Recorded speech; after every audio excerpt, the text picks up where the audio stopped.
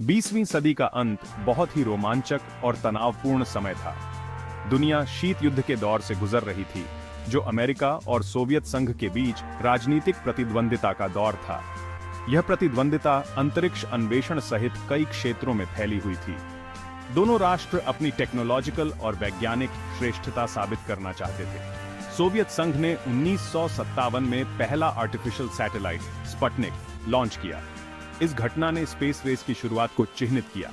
America ने पीछे न हटने के लिए अपने स्पेस मिशंस के साथ इसका जवाब दिया। National aeronautics and space administration NASA की स्थापना 1958 में हुई थी। चांद तक पहुंचने की रेस अल्टीमेट गोल बन गई। अंतरिक्ष यात्रा अब एक सपना नहीं रह गया था, यह हकीकत बन रही थी। अपोलो प्रोग्राम जल्द ही सेंटर स्टेज लेगा, जिसका उद्देश्य चांद पर एक आदमी को उतारना और उसे सुरक्षित पृथ्वी पर वापस लाना था। 1961 में राष्ट्रपति जॉन एफ कैनेडी ने एक ऐसा भाषण दिया जिसने इतिहास की धारा बदल दी। उन्होंने देश को चुनौती दी कि वह इस दशक के अंत से पहले चांद पर एक आदमी को उतारे और उसे सुरक्षित पृथ्वी पर वापस लाए। यह महत्वाकांक्षी लक्ष्य सोवियत संघ के साथ तीव्र प्रतिस्पर्धा के समय में निर्धारित किया गया था। कैनेडी का विजन स्पष्ट था।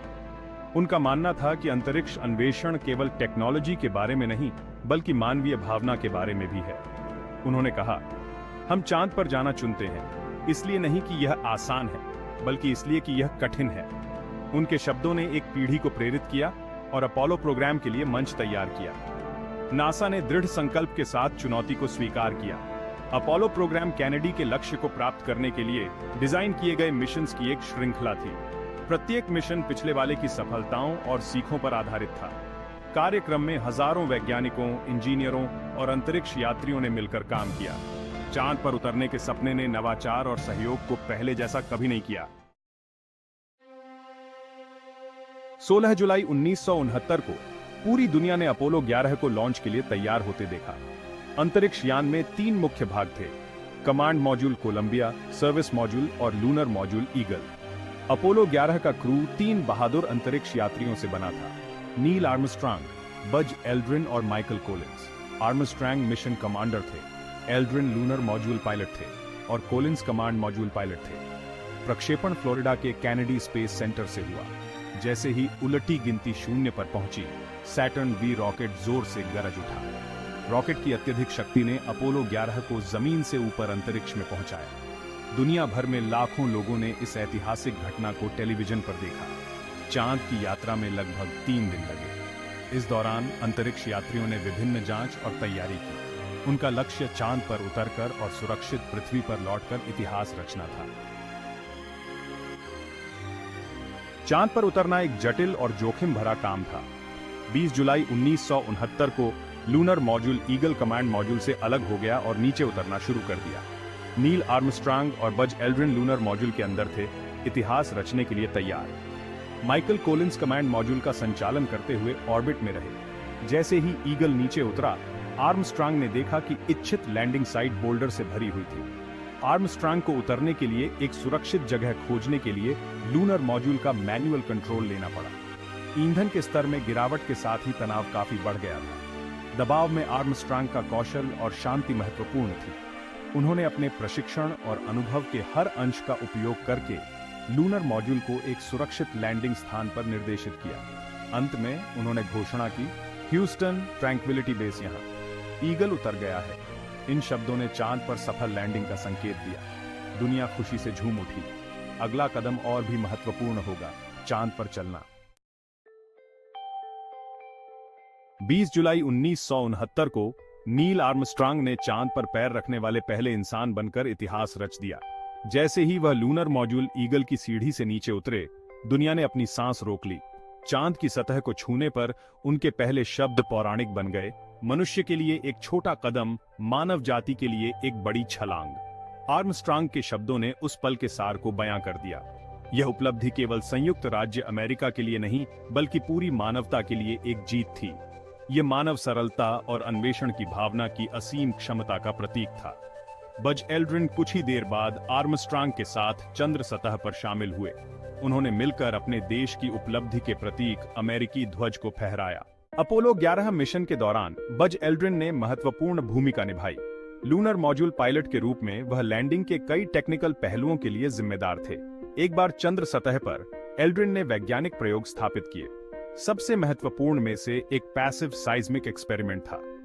एल्ड्रिन ने सोलर विंड कंपोजिशन एक्सपेरिमेंट को भी तैनात किया।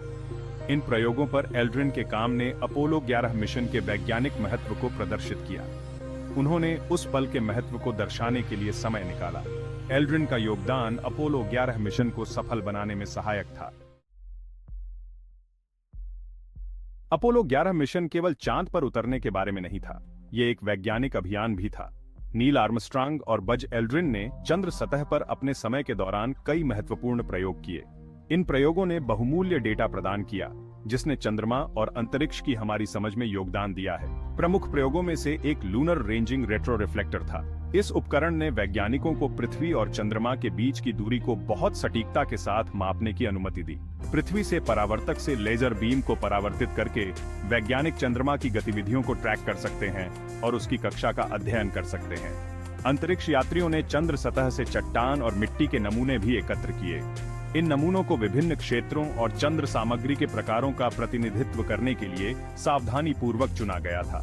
चांद की संरचना और भूगर्भीय इतिहास में अंतर्दृष्टि प्रदान करते हुए नमूनों को विश्लेषण के लिए पृथ्वी पर वापस लाया गया।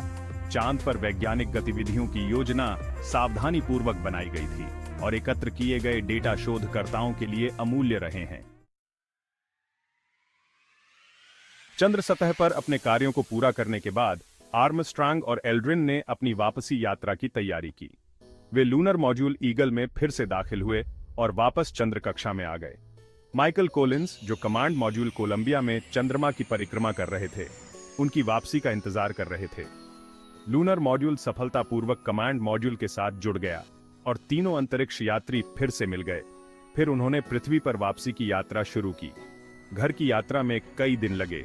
इस दौरान अंतरिक्ष यात्रियों ने पूर्ण प्रवेश के लिए विभिन्न जांच और तैयारी की।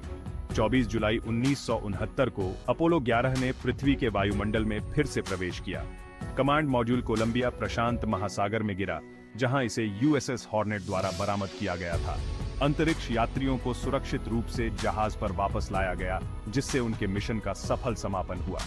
दुनिया ने उनकी सकुशल वापसी का जश्न मनाया। अपोलो 11 मिशन न केवल संयुक्त राज्य अमेरिका के लिए बल्कि पूरी मानवता के लिए एक महान उपलब्धि थी। इसने मानव सरलता और टीम वर्क की अविश्वसनीय क्षमताओं का प्रदर्शन किया। मिशन की सफलता ने वैज्ञानिक डेटा का खजाना प्रदान किया और अन्वेषण के लिए नए द्वार खोले। अपोलो 11 के सबसे महत्वपूर्ण पहलुओं में से एक प्रेरणा थी जो उसने प्रदान की थी। दुनिया भर के लोग मिशन से मंत्रमुग्ध थे। इससे पता चला कि दृढ़ संकल्प और नवोन्मेष से असंभव प्रतीत होने वाले लक्ष्यों को भी प्राप्त किया जा सकता है। मिशन ने लोगों को आश्चर्य और संभावना की साझा भावना में एकजुट किया। अपोलो 11 का वैज्ञानिक योगदान बहुत बड़ा था। चांद पर किए गए प्रयोगों और पृथ्वी पर वापस लाए गए नमूनों ने चंद्रमा की संरचना और इतिहास में बहुमूल्य अंतर्दृष्टि प्रदान की। अपोलो 11 ने भविष्य के अंतरिक्ष अन्वेषण का मार्ग भी प्रशस्त किया। मिशन की विरासत अंतरिक्ष की निरंतर खोज में जीवित है, जिसमें मंगल और उससे आगे के मिशन शामिल हैं। अपोलो 11 की विरासत गहन और दूरगामी है। मिशन ने भविष्य के अंतरिक्ष अन्वेषण के लिए एक मिसाल कायम की, यह प्रदर्शित करते हुए कि दृढ़ संकल्प, नवाचार और सहयोग से क्या हासिल किया जा सकता है। इसने वैज्ञानिकों, इंजीनियरों और खोजकर्ताओं की एक नई पीढ़ी को प्रेरित किया।